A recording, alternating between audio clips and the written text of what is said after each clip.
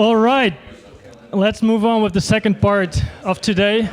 We're starting here with a panel discussion about the Node network. So I'm going to give a brief introduction about what it is, and then give the mic to these gents to talk about their projects and how they're involved with Bitcoin education in their local communities and what they're doing. So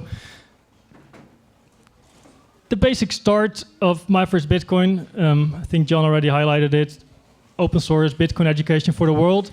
Started in El Salvador, but the mission is everything outside of El Salvador. So 2 years ago, after... Sorry, can I jump in? I'm really sorry.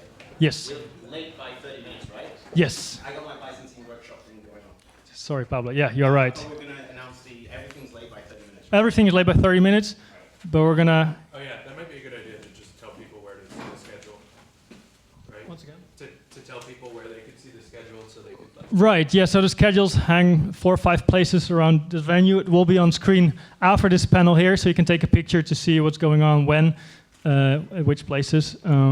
So first up is Pablo with the Byzantine General Problem Workshop, for everyone who wants to brainstorm about it on the other space. And here we talk about the Node network. Thank you, Arnold. I appreciate it. Yeah, so back to where I was. 3 years ago, my first Bitcoin started with the focus on El Salvador. 2 years ago, the demand internationally came in. Like, we want to do the same what you're doing. We have the open source workbook. So this is where the Node network started. Nowadays, it consists of 70 projects from almost 40 countries. We got 3 American nodes here, but we have them from all over the world. We got people teaching the Bitcoin diploma, Zambia, Guatemala, Peru, Indonesia, India, you name it. So if you want to join the Node network, the only thing you have to do is apply, create proof of work, and sign an MOU which states that your education should be Bitcoin only, independent, impartial, quality, and empowerment over profit. That's what these guys did, and they're part of the Node network now. I want to give the mic to you to explain what you're doing, and then we get further into all your journeys and plans. Bart? I can start. Hey everyone, my name is Bart Gnurk, so I'm the founder of Bismarck Bitcoin, where I teach the Bitcoin diploma after being accepted as light node. Little backstory. I had done a college club previously, so I have a college club at the local college where we started talking about Bitcoin, but I wanted to do more in my local community, and I found people have recommended the Bitcoin diploma. So once I applied, you can start teaching before you apply, but that was the material needed to get started sooner. So last summer, sent in an application with the college club as the proof of work, started doing a little bit scattered at the beginning, wanting to get people involved, right? But now we're doing a monthly meetup, education focus, teaching the Bitcoin diploma at a kind of startup incubator, co-working space. We rent a conference room upstairs, and it's been a phenomenal experience, like getting people involved, smaller, getting started, average 3 or 4 students, but hopefully we'll have 1 college student graduated later this year, and about 3 or 4 core members are halfway through the diploma. So we try and cover 2 chapters, a meetup, and, I guess it's been a learning experience. I've learned the material as I go, and we make some adjustments just to kind of condense, so it doesn't take 10 months to get through the diploma thing. But it's been a phenomenal experience. Highly recommended, especially if social meetups are looking for more education focused. I think that could be a good avenue to explore. Yeah, I am Will Ramirez from the San Antonio Bitcoin Club. Our journey was, I think, very unique, but also something that a lot of, if you're potentially interested in becoming a node, a path that can be followed is, the meetups and what we talked about yesterday for whoever was here, and then today's theme of education, I think, go hand in hand.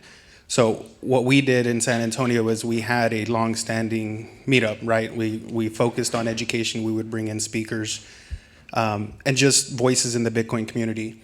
And that spurred more interest from our community to want to learn about Bitcoin.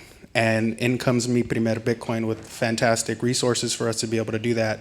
And what I've learned is that it's actually helping build our community because we're focused on education. It really does change, right? In this industry, there's a lot of shit coins and scams. Everybody's been exposed to that, and so a lot of stigma is still around this industry. But if you lead with education and try to add value to your town, your city, and not take from it, you can build a community in a different light. And I think Mi Primer Bitcoin and education being the focus really helps that. So we're using it as a tool to help build our community while we do a bunch of other things to help, forward Bitcoin in our community.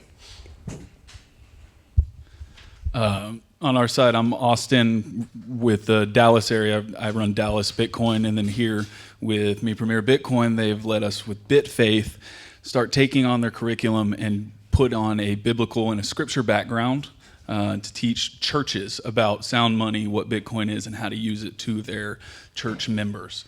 Think about it as a Dave Ramsey's Financial Peace University, but for Bitcoiners, people that actually understand what sound money is. And Dave Ramsey says to get out of debt, but it's kind of hard to do that when the dollar is debt. So we teach about what Bitcoin is and all that, and we're very pleased with Mi Primer Bitcoin's curriculum. It's been very good. Like I said, the open source, it's so good and easy to use. So we just adapted it with the biblical perspective. And you joined the network 2 months ago? 2 months ago. Fairly recent? 2 months ago, and we have a church in between Dallas and Houston right now, smaller church, that is letting us come about teaching them and teaching their members. Set up in theirs, we're hoping about 30 to 40 of their members might show up again, kind of very much putting it towards the Financial Peace University, but from our perspective and the education that actually needs to get out of there. So what we're trying to do and maintain is to have this collective of like-minded people, like the three of them, but many more, while remain independent as individual projects. So one of the things how we try to do that and try to connect everyone is with a monthly General Assembly, a monthly call. Bart, William, you have attended many of them. Can you share something about your experiences and how that helps you to keep going? Yeah, definitely, especially just getting started, seeing what has worked for other people. The core team at My First Bitcoin goes over like tools and resources and updates, which is always helpful. And then I get to hear what other people are doing around the globe. So not just in the US, really inspirational with what started in El Salvador, different areas. And I mean, getting started, like we needed a logo, right? So somebody referenced a Bitcoin graphic artist. So then we have a logo. Where to start with fundraising, like with Geyser, doing a workshop on that, just these resources and talking to people about what's an easy setup Lightning wallet for that chapter, various things of that nature. But that would be a few examples. And I think a big piece for me with kind of a smaller attendance classes is like the inspiration to keep going. Like many people have started with 2, 3, 4 people at a class or a meetup, and it's grown over time. So definitely inspired by the two up here, everyone else in the network. So. Can I add some? Yeah, it kind of brought up a point I wanted to comment. For the assemblies that we have every month, it's really reinvigorating because, like he said, sometimes you have a class with 1 or 2 students. To see the others going through similar issues and then being able to brainstorm and figure out ways to grow. I mentioned it yesterday also that one thing that comes from those assembly calls is something you would have never thought about, that it can definitely help your local situation. So the donor advised funds that we talked about yesterday is a thought that I had learned, or something I learned in the assembly call, put it into action, and it's actually providing benefits for us now. So real world things that can be implemented that you learn from other nodes that you may not have thought of, So, as I said, you started quite recent with BitFaith. So you're at the beginning of this journey to get, your first classes, your first cohorts, etc. Can you share a little bit of the challenges that you're facing so far, these first steps, and then perhaps Bart and William can comment on that with their experiences? One of the biggest challenges is what we're trying to go for is a big meeting space with people that want to come and learn about Bitcoin.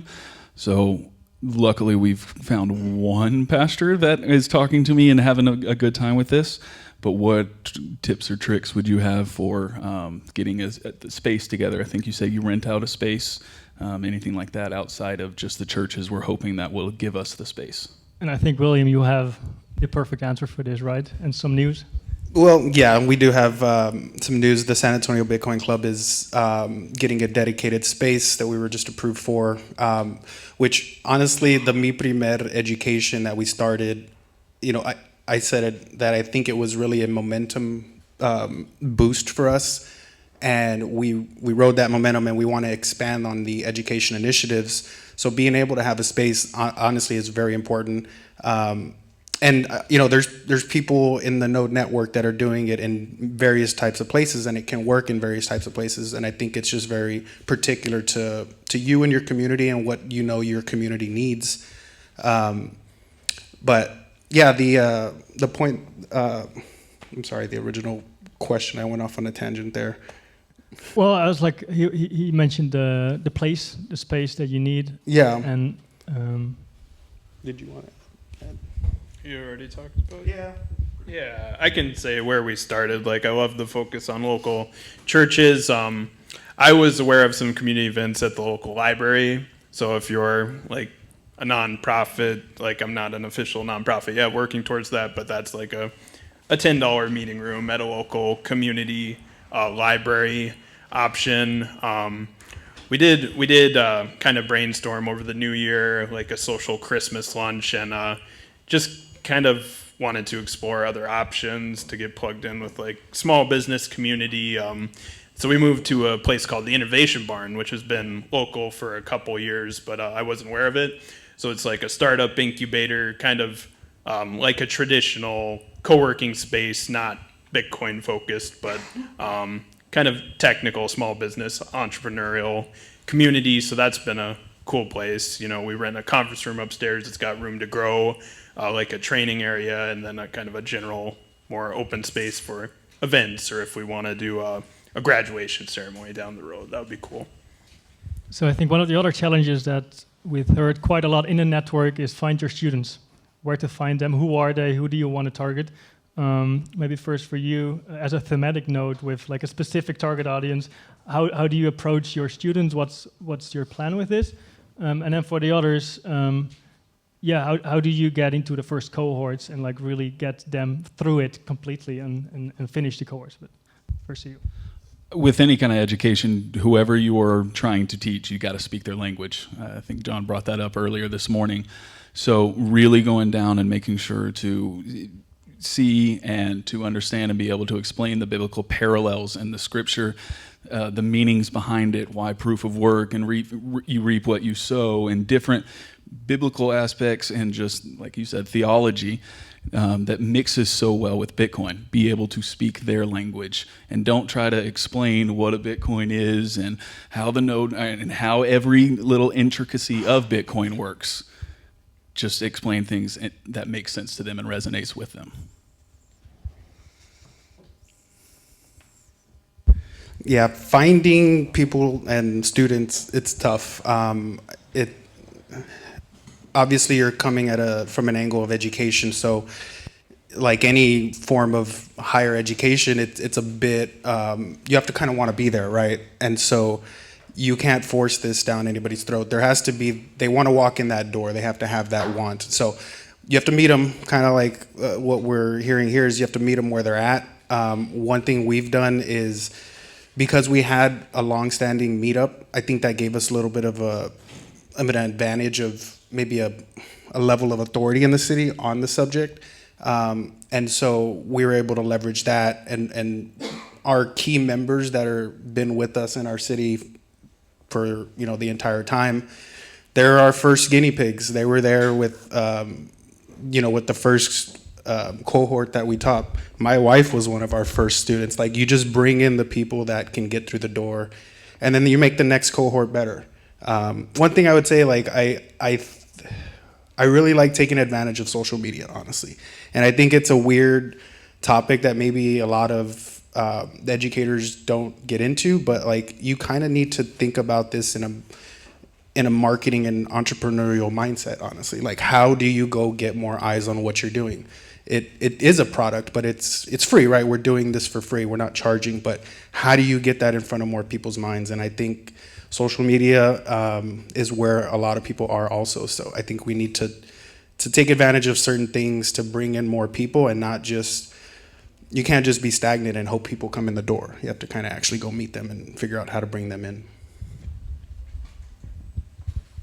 Yeah, I would say especially for our smaller meetup, just getting starting with the Bitcoin diploma, it's been challenging to get consistency and retention with students. So that's something we're trying to focus more on the new year. Initially, I wanted to do 2 a month and get somebody through the diploma in 2 or 3 months, and that just didn't realistically work out with our demand for student attendance. So kind of setting, and again, learning from the Node Network and the General Assemblies, we're going to meet with the new year on the 4th Saturday of the month at our new location, a little later in the afternoon on Saturday if people want to sleep in and wander over, and then bringing in people with more of the entrepreneurial skills. We have a regular student who is a small business owner, knows more about marketing and kind of that thing. So he's been helpful to kind of have an additional person with a different skill set, where I'm more on like the technical side, I would say, with the hands-on, with the wallets and self-custody and that. So that has been beneficial.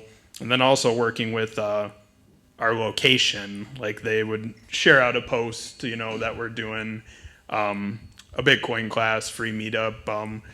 They've been supportive there too, so that's been awesome. I want to tap into something that you mentioned, Will, with getting started and maybe also getting confident to teach your first classes. So something that we've seen in the network, there are quite some nodes in Africa that are teaching online classes. And since everyone is teaching from the same resources, the same diploma, basically a protocol for education, we can help each other.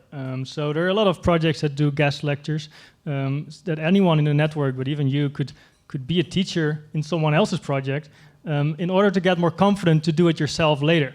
So I would highly recommend anyone that's like, I want to do it, but I don't feel like it yet, to keep an eye out. Look which projects exist in the network. There are projects doing online classes.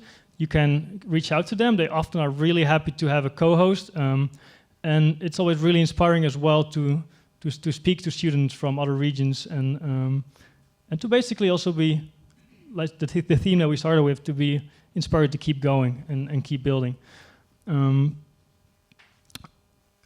you guys have some recommendations from the people here? I feel like there's so many potential nodes to get started. And maybe start with you first. From 0 to 1, before we speed up from 1 to 100. Find an area that you're very passionate about and want to teach.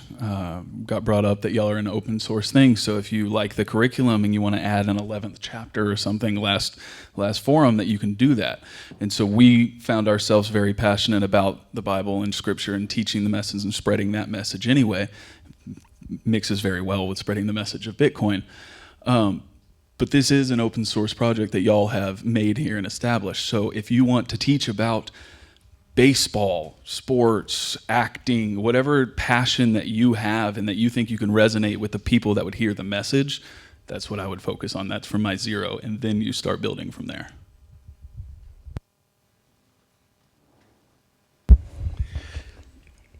I think for our perspective in San Antonio, we just knew that nobody else was going to do it.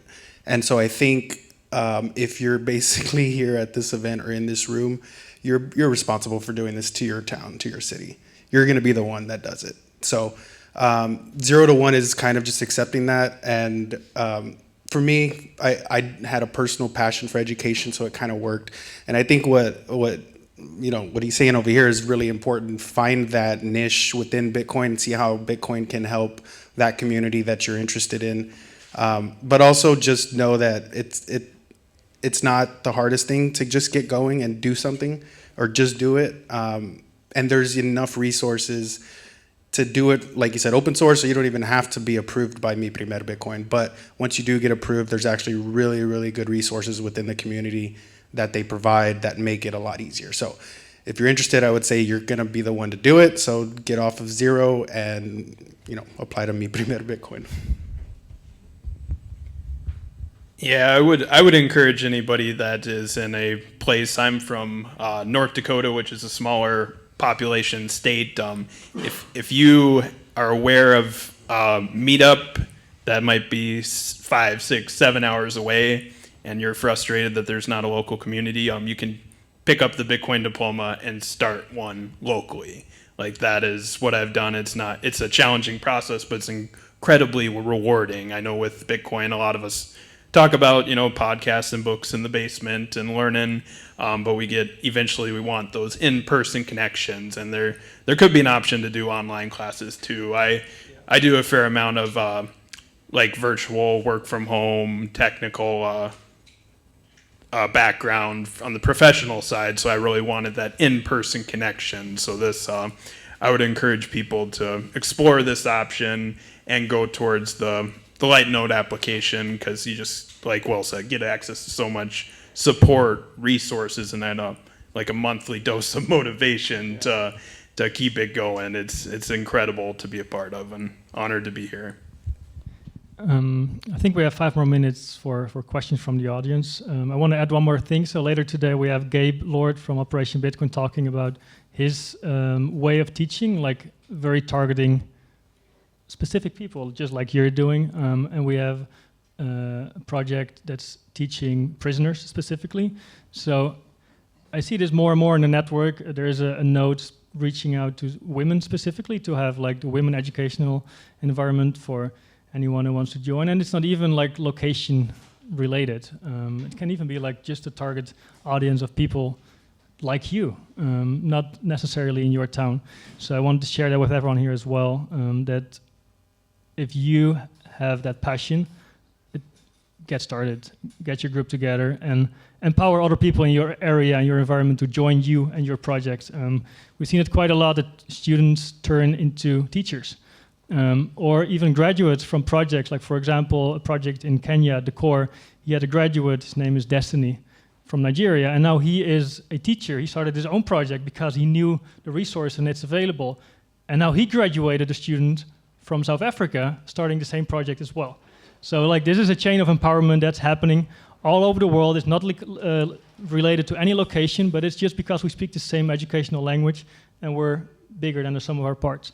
So that's what I wanted to end this with, and give the mic to any of you for questions to these guys. I got a question. So I'm not really familiar with the curriculum.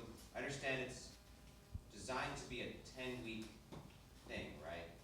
But that's in the setting of like a school where the students are there 5 days of the week. So if you're doing it in like a monthly meetup format, like you're saying you didn't want it to take 10 months to get through to the diploma. So my question is like, typically how much time do you need to get a meaningful lesson in if this were to be incorporated into some of the meetups that I'm already utilizing or running? Yeah, I can definitely talk to that, because it's been a learning process as I go. Initially, I think the recommendation for one chapter is like 90 minutes. Some are shorter, but you can.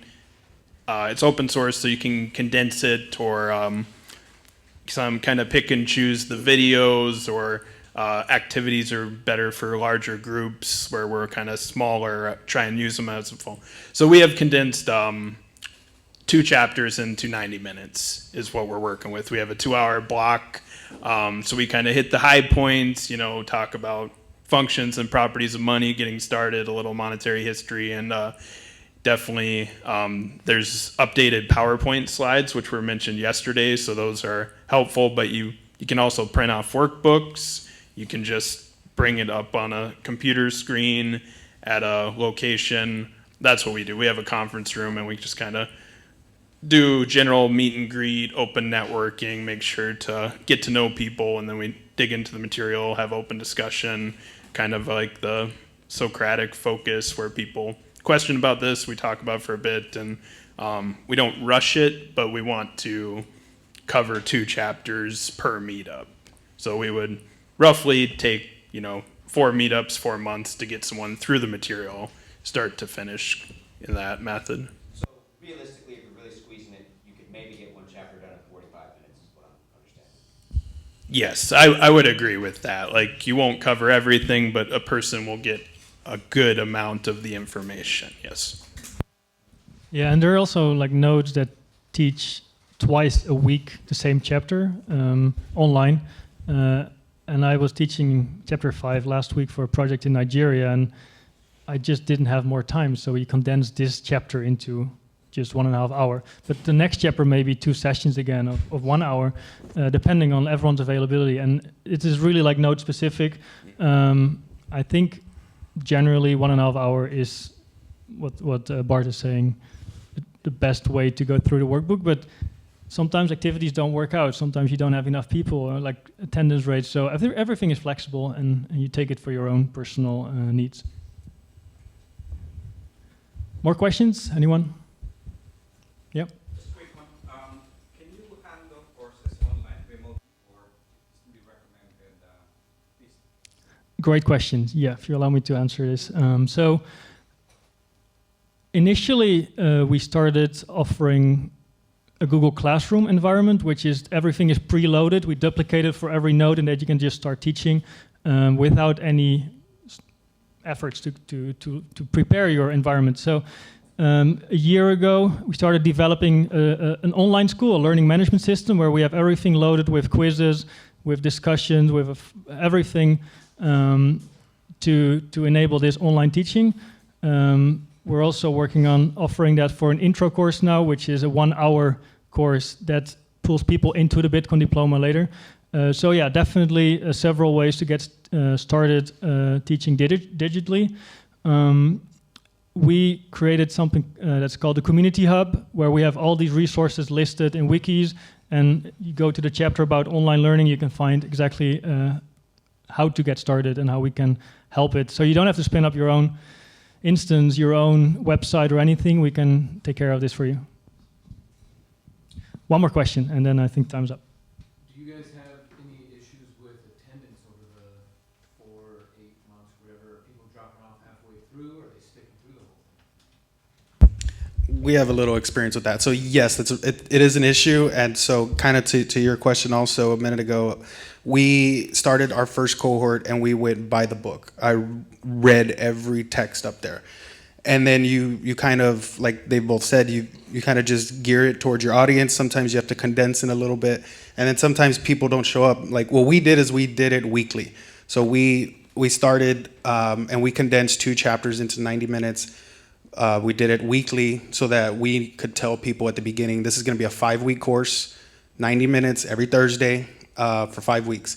And we had pretty good attendance, but there's a case always where they didn't show up to week 2. And, maybe they didn't show up for 2 weeks, but we would always tell them, if you're going to miss, just try to stay in line with the curriculum, because we give them workbooks. They take it home. They can study and do notes. So you just work with what you get, kind of, and whoever shows up. And sometimes people didn't show up to the first class, but then they show up to the second one. And you just kind of catch them up to speed. You still welcome them through the door and happy they're there, kind of thing.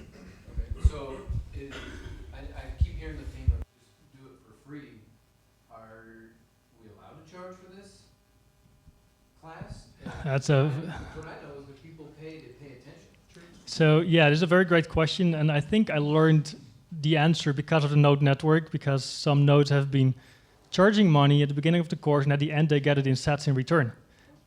And it's like basically free. You got like this activity that you send them the sats, it's a reward, and eventually the whole fundraising topic for how to maintain your project like sustainably, I think there's, in an hour we have this whole talk in the other space. It's on the schedule for 1:30, it's basically next. So I think the topic like how to make your project sustainably, like financed, that's a difficult one. But like charging for your classes, I think that's everyone's doing it differently. But most of them, if not all, offer it for free. And then free as in you pay a little bit, and in the end you get it in sats in return. I think that's it for now. I would love to have this conversation going on much longer, so let's do it outside or wherever if you want to talk to these guys. Big shout out to them, because my first Bitcoin often gets the credits, but these are the ones doing the work. So yeah, thanks everyone. So next up, we have the fundraising legal structure talk on the other side, and we have Pablo here with Bitcoin evangelization for the next half an hour. Thanks everyone.